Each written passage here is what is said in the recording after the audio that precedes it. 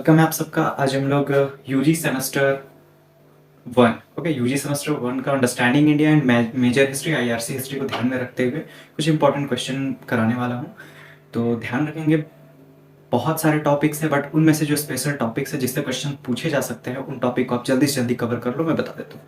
सबसे पहला है वास्तुशास्त्र का अर्थ तथा उसका विस्तार, है ना। वास्तुशास्त्र से रिलेटेड जो क्वेश्चन है आपके सिलेबस में, है ना, आप गेस्ट पेपर लिए होंगे, उस सिलेबस से मैच कराओ। गेस्ट पेपर में देखो वास्तुशास्त्र से रिलेटेड जो क्वेश्चंस है उनको फटाफट शॉर्ट में किसी तरह से नोट्स बनाओ और याद करो। नेक्स्ट क्या है, भारतीय कला।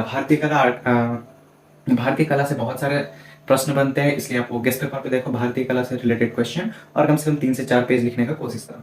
नेक्स्ट है हमारा भारतीय संस्कृति। भारतीय संस्कृति से संबंधित बहुत सारे सवाल आ सकते हैं, उसको भी ध्यान में रखना होगा। फिर है पुरातात्विक स्रोत, मतलब इतिहास को जानने के लिए जो जिन चीजों का यूज किया जाता है उसे पुरातात्विक स्रोत कहते हैं। तो इसमें इसके कितने प्रकार हैं, क्या क्या आते हैं, उन सबका और छोटा छोटा एक्सप्लेनेशन याद करो। नेक्स्ट है काल विभाजन तथा तिथि की गणना, है ना। जो फर्स्ट में था वास्तुशास्त्र का अर्थ, उसी से रिलेटेड है, ये भी उसी से मैच करेगा।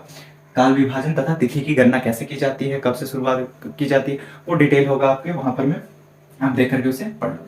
नेक्स्ट है प्रजातियों का वर्गीकरण, मतलब बहुत सारी अलग अलग प्रजातियां थी, जैसे कि प्रोटेस्टलाइट, मंगोलाइट, आर्य, इस तरह से बहुत सारे थे। उन सब के बारे में डिटेल से 5-6 होंगे, है ना, सर्वमान्य। उसमें से जो जो अलग अलग प्रजाति है उसका शारीरिक बनावट, रहन सहन, इन सब के आधार पे 6-7 आप कम से कम याद कर लो अच्छे से, है ना। नेक्स्ट है भारतीय संस्कृति एवं परंपरा। भारतीय संस्कृति पहले भी बता चुकी, भारतीय संस्कृति, हाँ, भारतीय संस्कृति परंपरा से भी क्वेश्चन आएगा। भारत का विस्तार एवं पृष्ठभूमि।